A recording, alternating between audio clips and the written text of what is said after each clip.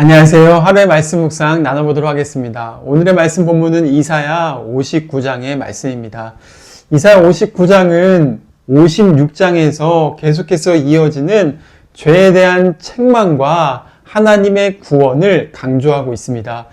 56장부터 굉장히 계속해서 부담스러운 주제가 등장했었죠. 이스라엘 백성들 예루살렘 공동체 그 지역에 있는 사람 중에서 뿌리 박혀 있는 그 죄악이 아직 해결되지 못했기 때문에 계속해서 하나님의 구원이 딜레이가 되고 있다는 것을 보여주었습니다. 그 공동체에는 공의가 없고 그 공동체는 아직도 우상숭배의 죄가 끼어 있었으며 그 공동체 안에 진실로 하나님을 찾는 사람이 없었다는 것을 보았습니다. 그리고 오늘 마지막으로 59장에 얼마나 영적인 실상이 참혹한지 이사야 선지자는 그들을 안타깝게 여기고 그리고 자기 자신 또한 비참하게 이런 상태를 어찌할 바를 알지 못한다라고 고백하고 있죠. 실제로 에스라가 귀환했을 때 하나님께 회개를 철저하게 하면서 우리가 어찌할 바를 알지 못하고 주님만 쳐다본다라고 얘기하면서 회개를 강력하게 이끌었던 것을 우리는 성경을 통해 볼 수가 있죠. 오늘 말씀에 이사야 선지자도 영적 실상을 바라봤는데 마치 이스라엘 민족 전체의 죄악을 한 사람의 죄인 것처럼 그렇게 통회하고 꾸짖고 있습니다. 그들의 모습은 어떻습니까? 3절 말씀 가운데 보니까 손이 피에 더러워졌고 손가락이 죄악에 더러워졌다라고 말합니다. 또 입술은 어떻습니까? 입술은 거짓을 말하고 악독을 내고 있다라고 말하고 있죠. 그리고 그들의 마음 가운데 불의와 악행을 품었더니 마치 거미가 알을 낳아서 다시 그 거미가 아니죠. 독사가 알을 낳아서 독사의 그 뱀의 알들이 깨트려지는 것처럼 그들의 그 악행이 끊임없이 반복된다는 것을 영적인 실상으로 묘사해주고 있죠. 또한 오늘 말씀의 7절부터는 바알은 어떻습니까? 행악하기에 빠르고 피를 흘리기에 신속하게 달려가고 있으며 마지막에는 그들이 평강이 없다라고 말하면서 전적으로 신체의 그런 모든 기관들이 죄에 사용되고 있는 이스라엘 민족 전체의 타락을 보여주고 있는 것입니다. 실제로 이스라엘 민족이 얼마나 타락했는가 우리는 잘 모르겠지만은 어쨌든 타락이 있었을 것이죠. 거짓말하는 죄악이나 오늘 본문에 나오는 것처럼 사람들을 괴롭혀서 피가 흘리는 그러한 죄악이나 행동이나 발이나 가야 되지 말아야 할 곳을 가는 죄악이나 수많은 죄악들이 있었을 것입니다.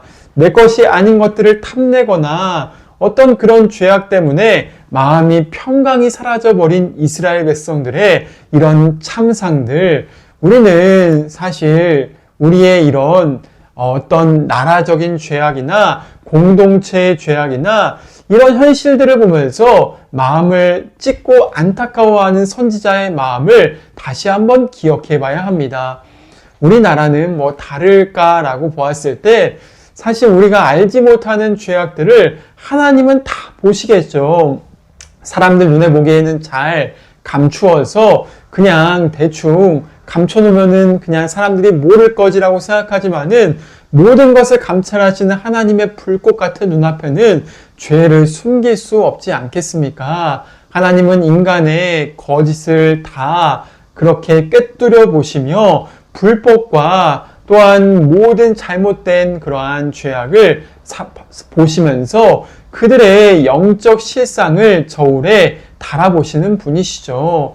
그렇다면 우리 개인은 어떻겠습니까? 개인도 이러한 그 공동체나 어떤 민족의 죄악 가운데 머물러 있으면은 나도 모르게 그런 개인 또한 문화의 영향을 받는다는 사실을 알아야 합니다. 제가 얼마 전에 가까이에 지냈던 선교사님들을 한번 만났었는데 한국에 왔을 때 그 문화 충격을 받았다는 고백을 합니다. 저도 뭐 돌이켜보면은 처음에 선교지에 돌아왔을 때 그런 충격이 있었었는데 지금은 잘 모르겠는데 선교사님들 말을 들어보니까 정말 그렇다는 것을 인정할 수밖에 없었습니다. 선교사님들이 또 현지에 있는 가난한 사역자들을 초청해서 맥도날드를 데려가서 맛있게 5만 원 정도의 식사를 나눴다고 하죠. 그때 현지인들이 와, 이런 거 처음 먹어본다 하면서 너무나 즐거워하고 좋아하는 것을 보면서 마음이 기뻤다는 경험을 다시 자기가 고백하면서 나누었습니다. 그런데 한국에 잠깐 들어오니까 교회에 청년들을 만나러 모임에 갔는데 그때 뷔페에 가서 50만 원치의 식사를 막 함께 기쁘게 나누고 있었습니다. 그런데 청년들 중에서 그 식사를 너무나 자연스럽게 당연스럽게 생각하면서 감사도 별로 없고 기쁨도 별로 없는 그들의 모습 가운데 사실 다소 충격을 받았다는 경험을 이야기해 주었습니다.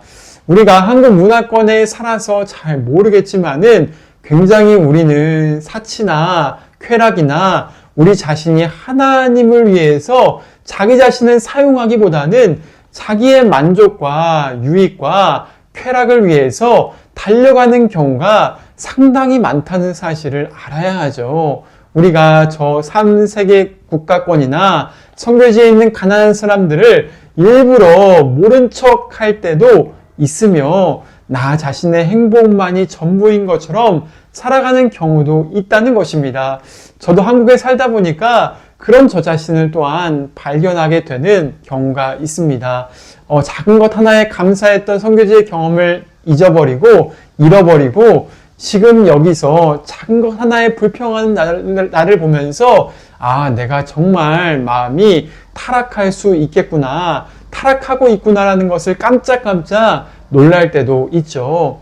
또 북한만 보면 어떻습니까? 북한에는 성경책 한 권이 없어서 쪽복음으로 그들이 필사하면서 신앙을 유지해 나간다라고 말하지 않습니까? 신앙의 자유가 없어서 핍박과 박해와 순교의 위험 가운데 주님을 섬기고 있죠.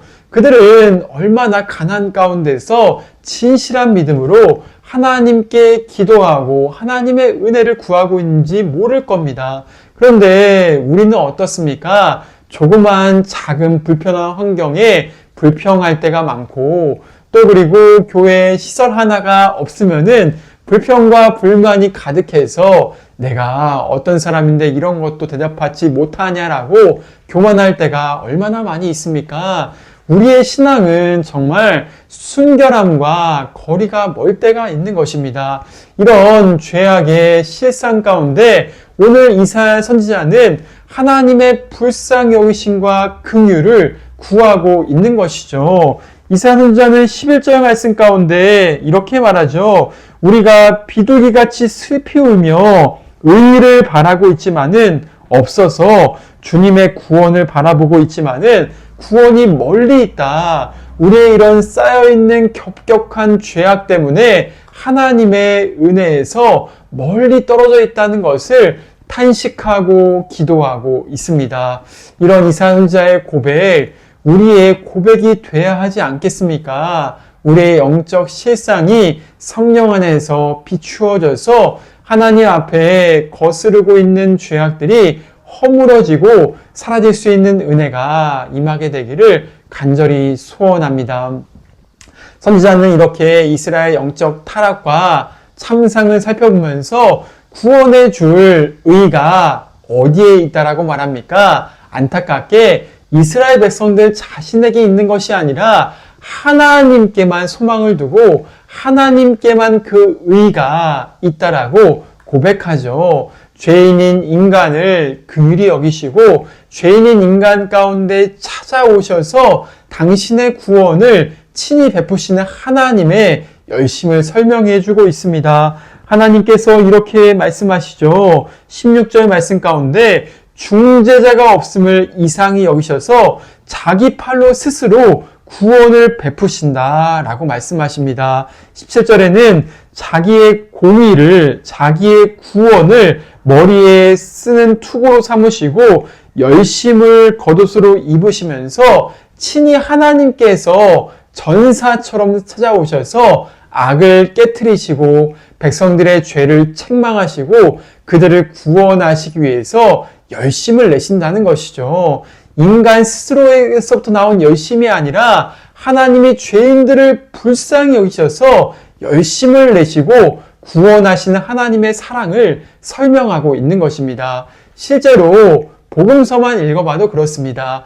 예수님이 십자가 지실 때 제자들은 다 도망갔습니다. 예수님이 십자가 지실 때 그분을 자발적으로 돕는 사람도 없었고 구원을 위해서 십자가를 질 때 예수님께 어떤 도움이 될 만한 실질적인 도움을 줄 수 있는 사람이 아무도 없었죠. 그런 예수님 홀로 인간의 죄됨을 불쌍히 여기시고 긍휼히 여기셔서 우리의 구원을 십자가에서 완벽하게 완성하시는 모습이 등장하고 있습니다. 예수님의 사랑이 바로 오늘 말씀에 등장하고 있는 여호와의 열심이고 구원인 것이죠.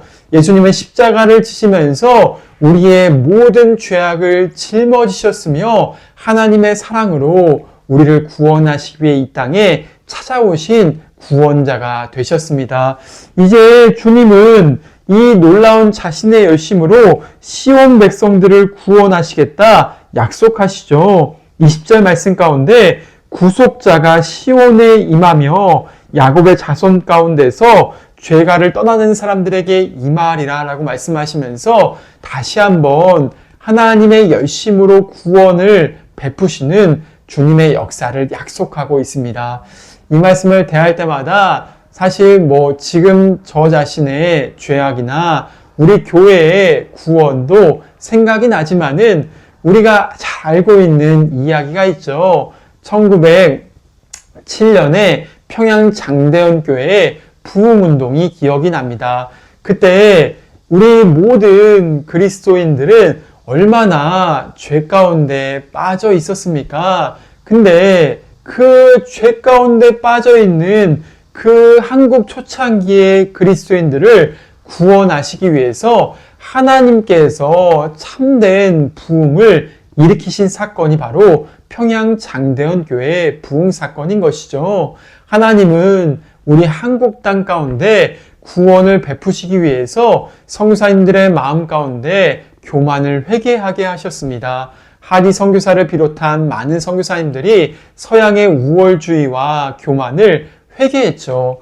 또 대표적인 회개한 사람이 누구였습니까? 지도자였던 길선주 장로가 자기가 친구에게 그 장례식 비용으로 몇십 안을 떼먹었던 그 당시에 돈을 떼먹었던 돈을 회개한 사건이 있었죠.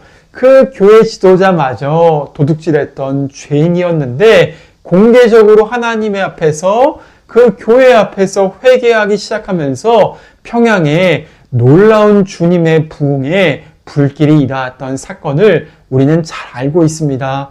우리 인간이 다 그렇게 죄 가운데 빠져 있다는 것입니다.